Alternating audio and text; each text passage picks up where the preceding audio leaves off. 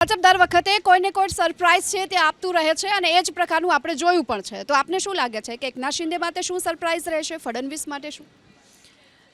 ફડણવીસે એક વખત સીએમ તરીકે એમની ટર્મ પૂરી કરેલી હતી 2019માં, પણ એવું જ હતું જ્યારે શિવસેના ભાજપની સરકાર બની ગઈ એટલે જીત આંકડા જે જોઈએ બનાવવા માટેના એ મળી ગયેલા હતા.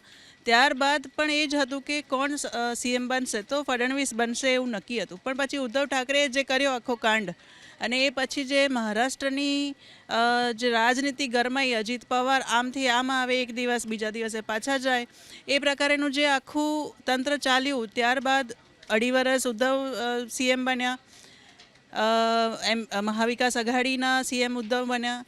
ત્યારબાદ જ્યારે ફરીથી આપણે જોયું કે આઈડિયોલોજી ચેન્જ થતી લાગી, શિવસેનામાં 2 ભાગ પડ્યા, અને જે શિવસેના જે બાલા સાહેબની શિવસેના હતી એના સમર્થકો, એને એવું લાગ્યું કે ઉદ્ધવ ઠાકરે જે રીતે હવે જઈ રહ્યા છે એ અમારી ઓરિજિનલ વિચારધારાથી જુદું છે.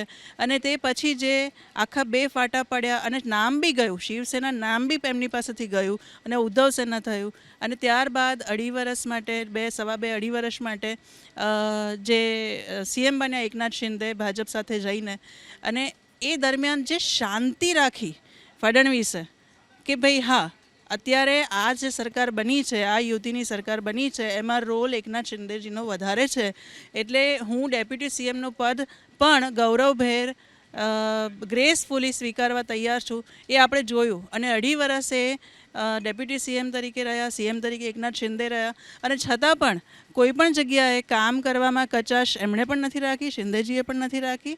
અને એના કારણે પ્લસ આરએસએસના સપોર્ટને કારણે, જે બહુ મોટી વાત છે, 2024ના લોકસભા ઇલેક્શનમાં આરએસએસ અબીટ સાયલન્સ હતું, જેને કારણે અથવા ભાજપને થોડું એવું થઈ ગયું હતું કે હવે અમે એમને પણ જીતી શકીશું. એના કારણે જે માર પડ્યો, અને પછી પાછા જે બંને સહયોગી, જે નેચરલ સહયોગી દળ જે કહેવાય કે એકબીજાની વિચારધારાને અનુરૂપ છે, એ લોકો પાછા એક થયા અને બંનેને એકબીજાનું ઇમ્પોર્ટન્સ સમજાયું, અને વળી પાછા જે હરિયાણામાં અને અત્યારે જે જોર લગાવીને કામ કર્યું અને સીટો લઈ આવ્યા. મને લાગે છે કે આ બધું કર્યા પછી ફડણવીસ જે છે એ બાલ સ્વયંસેવક પણ છે આરએસએસના, અને ભાજપમાં પણ એમણે એમનો દમ બતાવેલો છે. તો એમની ઉપર કળશ ઢળે એવી સંભાવના વધારે છે. પ્લસ આપણે જે આજે મહારાષ્ટ્રમાં આપણે અત્યારે જે લેન્ડસ્લાઇડ વિક્ટરી જોઈ, એ કદાચ એમની ધારણા કરતાં જે સીટો એમણે ધારી હશે એનાથી પણ વધારે આવી છે. જે ગુજરાત મોડેલ હતું, જે ગુજરાતના ઇલેક્શનમાં થયું હતું કે 150ની અપેક્ષા હતી ને 156 ધાર્યા કરતાં વધારે આવી ગઈ, સેમ રિપીટ થયું છે મહારાષ્ટ્રમાં કે ધાર્યા કરતાં વધારે સીટ આવી છે. અને એની પાછળ મહેનત પણ હશે બધા એ લોકોની. પ્લસ જે નેરેટિવ કોંગ્રેસે સેટ કરેલો, એ મને એવું લાગે છે મારા પર્સનલ મંતવ્ય પ્રમાણે, એ બહુ જેને કહેવાય કે ઇલેક્શન લડવા માટેનો નહોતો, લોંગ ટર્મ પ્લાનિંગ માટેનો નહોતો, શોર્ટ ટર્મ વિન માટેનો હતો. એ શોર્ટ ટર્મ વિન કર્યા બાદ એ વખતે વિન એટલે એમણે પાછી એમની મોરલ વિક્ટરી ગણાવી કે મોરલ વિક્ટરી છે, હાર્યા બાદ પણ ઘણી સીટો જીત્યા, સારી રીતે એમણે કામ કર્યું. પણ શોર્ટ ટર્મ ગોલ હતો.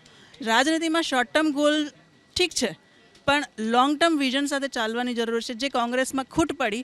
અને અત્યારે આપણે જોઈ રહ્યા છીએ કે જો એમણે ત્યાં સંવિધાનવાળી વાત ચલાવી, જે લોકોને ખબર પડી કે હવે કેવું છે કે જે જનતા છે ઇન્ફોર્મ્ડ છે,